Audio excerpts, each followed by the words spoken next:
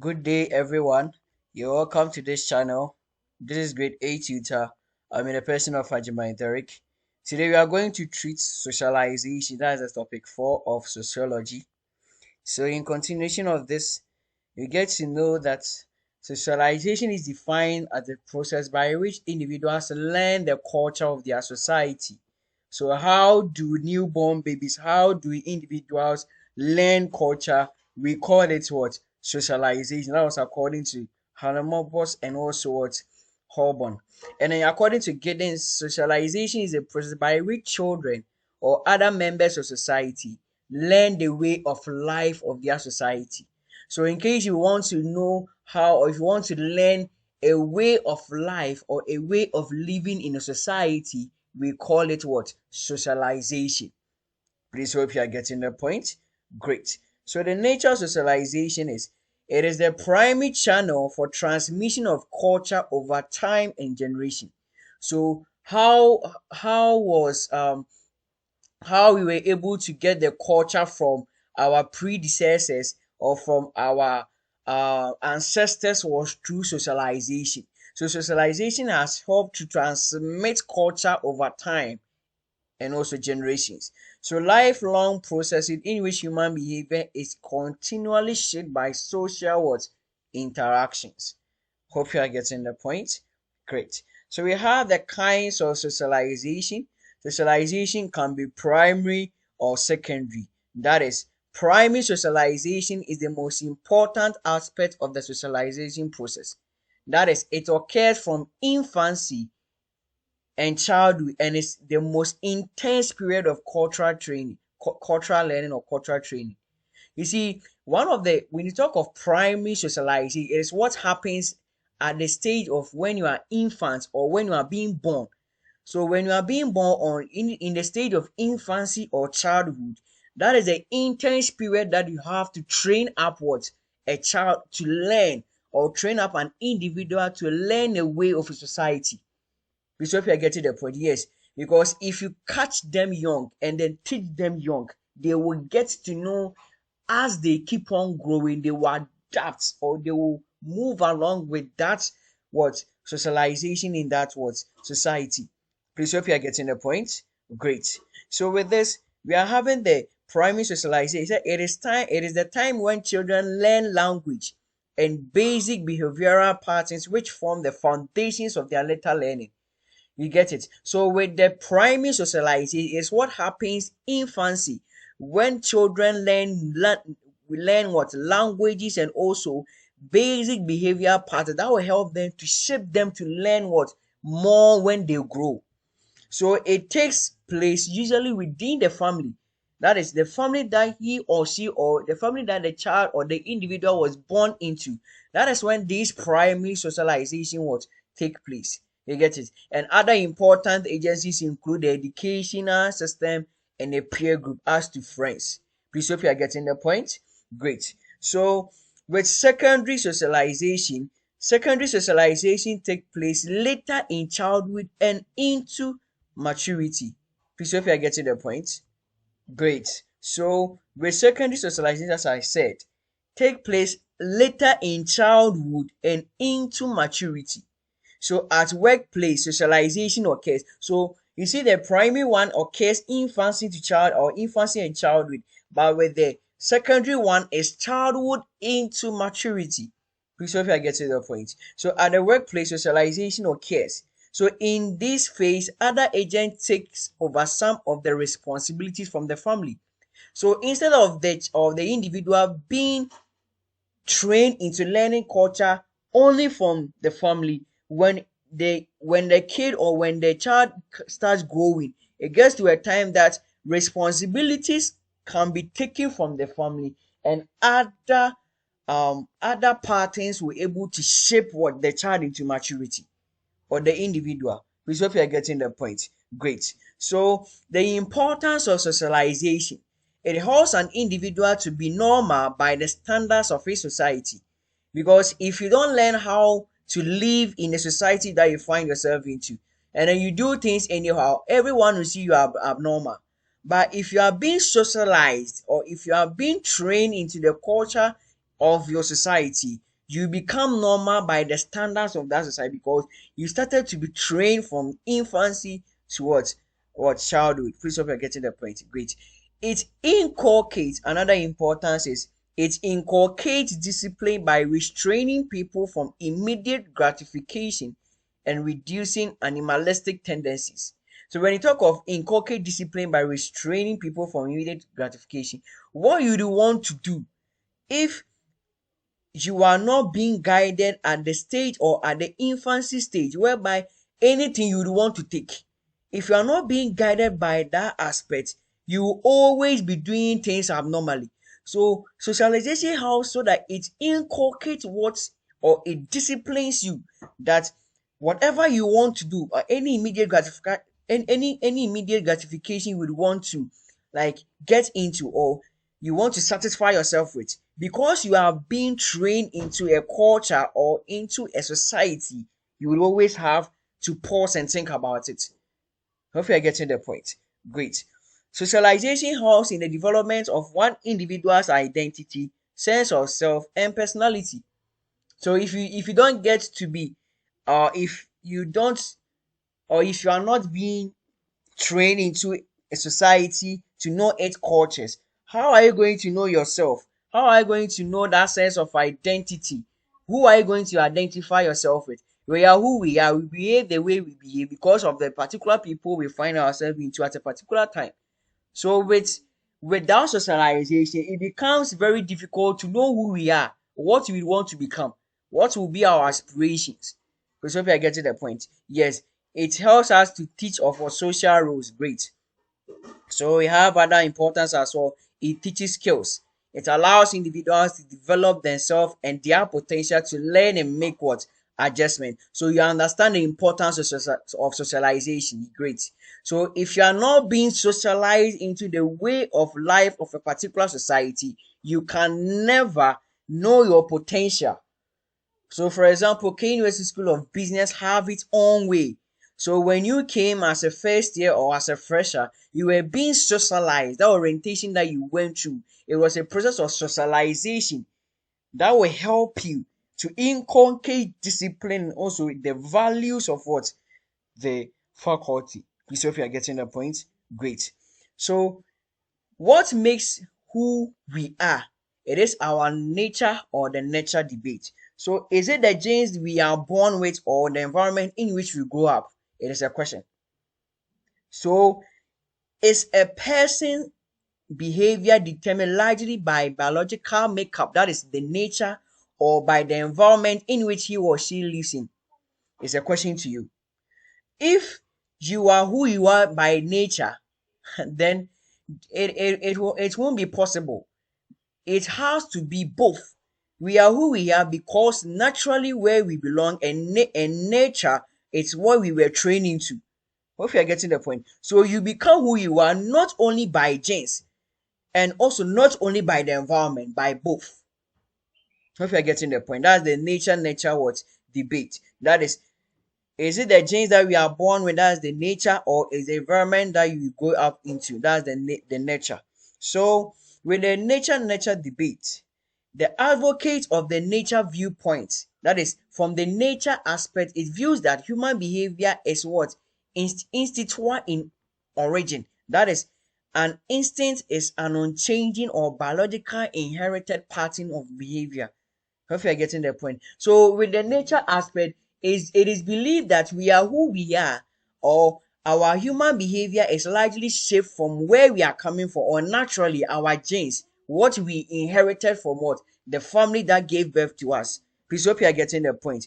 Great, that's the nature and the nature what debate. So to them, the laughing, motherhood, welfare, religion, capitalism, creation of society itself are all institutional. Because someone will say it is something that we were what we inherited or from our genes, that's from the nature what aspect.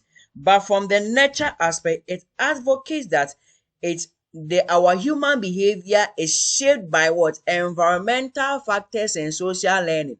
What are the environmental factors? The environmental factors are the institutions and other factors that comes together to shape us, in as much that There are some things that will be naturally inherited or genetically inherited. Please hope you are getting the point. Great. So the nature aspect believe that our human behavior is what? Instinctual in its origin. But with the nature aspect, it advocates that our human behavior is what? Largely shaped, or is, sorry, not largely shaped, is shaped by what? Our environmental what? Factors. Please hope you are getting the point. Great. So most contemporary society scientists reject the nature and the nature debate and focus on both. Yes. So as I said earlier, it's not only our genetically aspect that shape us, but rather both nature and natural. So both the natural and the nature, or both the nature and the nature, shape us to become who we are. You get it? So the agents of socialization. When you talk of agents of socialization, it relates to an individual group that influences people's behavior, or a person's behavior and sense of self. So these agents are the agents of socialization, are the individual that helps us to what? Know what?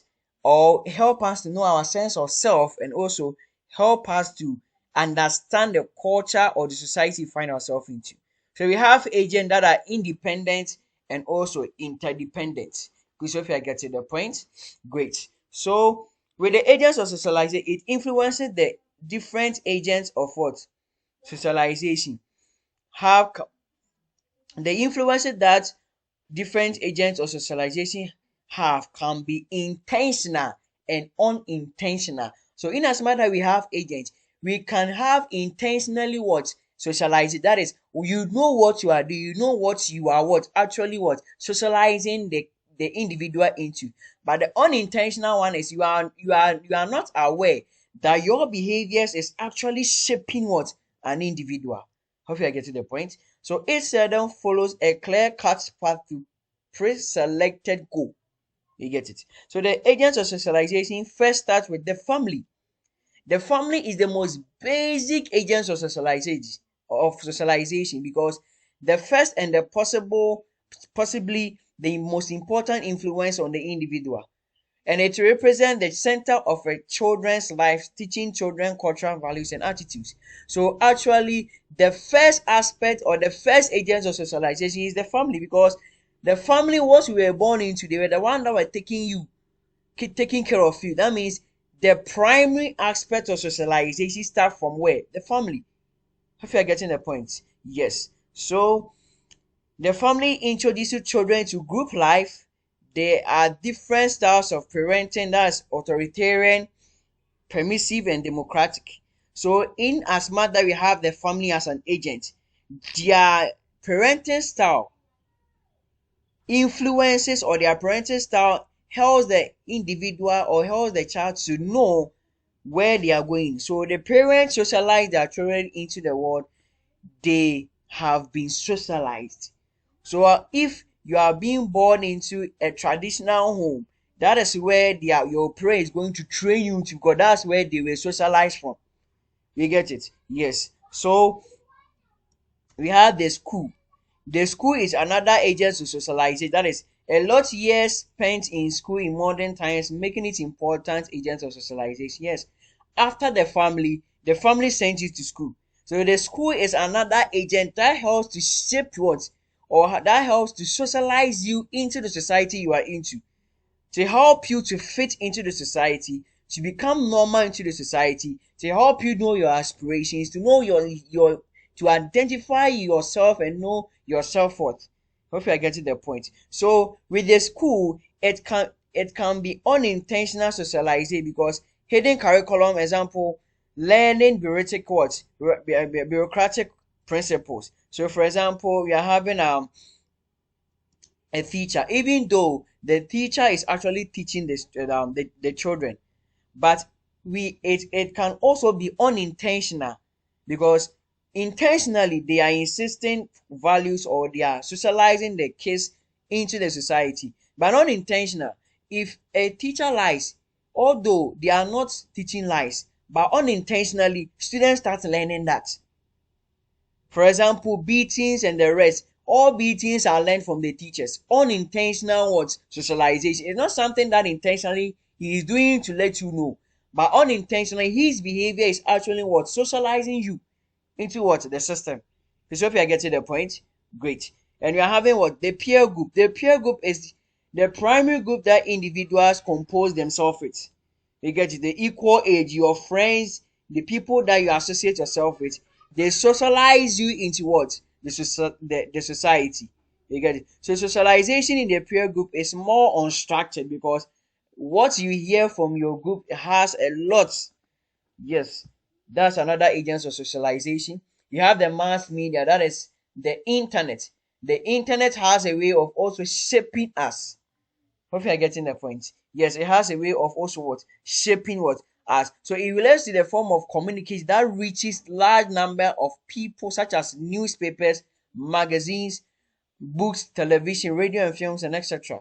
So for example, when a kid is always or when a child is always watching a television and maybe for example action movie, there will be a time that he or she or the kid itself will try and then be learning some other aspect of what he or she has been watching. You get it? So the mass media has a way of also socializing the individuals into the society. You get it? So violence on TV encourages aggressive behavior. As I said, action movies, you see people watching it, it encourages because you become what you have of what you hear, what you see, and what you read. You get it? So all these things becomes factors that shapes what or that helps us to what encourage behaviors, our human behaviors in the society.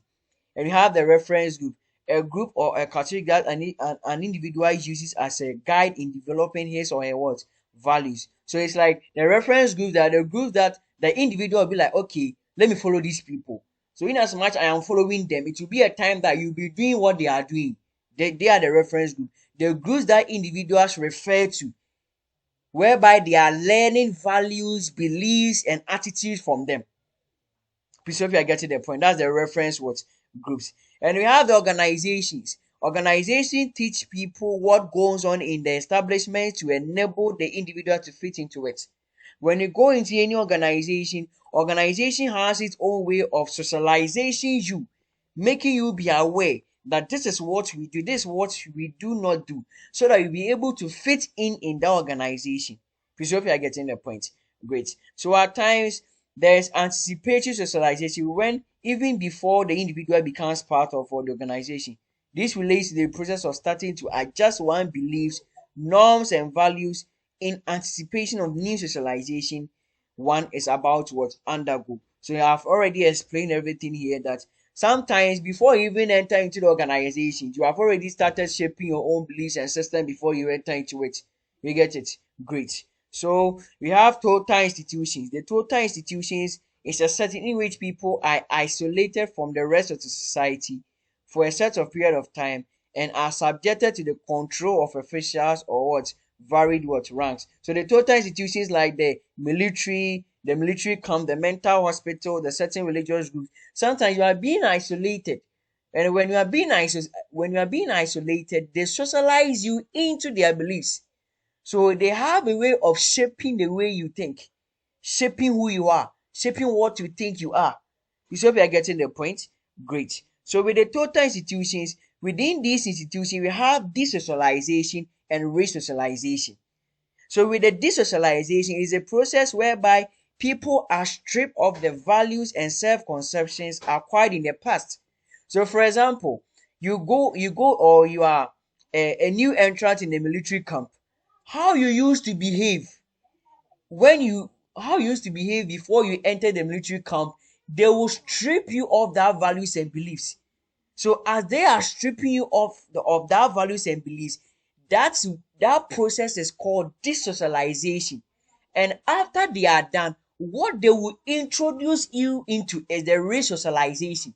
So right now, you coming into the military camp, your values, your past, and other things will be stripped off, and then you'll be trained into the military way. Hope you are getting the point. Great. So the resocialization relating to the adoption of radically different norms and values. So before you can learn, you have to unlearn. You get it? Unlearning makes you to learn. There are some things you have to unlearn, some beliefs you have to unlearn them before you learn. So this socialization is like unlearning some beliefs in order for you to learn, relearn, that is the re-socialization. So I use the military camp as a what? As an example. As a new entrant, you have your past, you have other things you were trained into.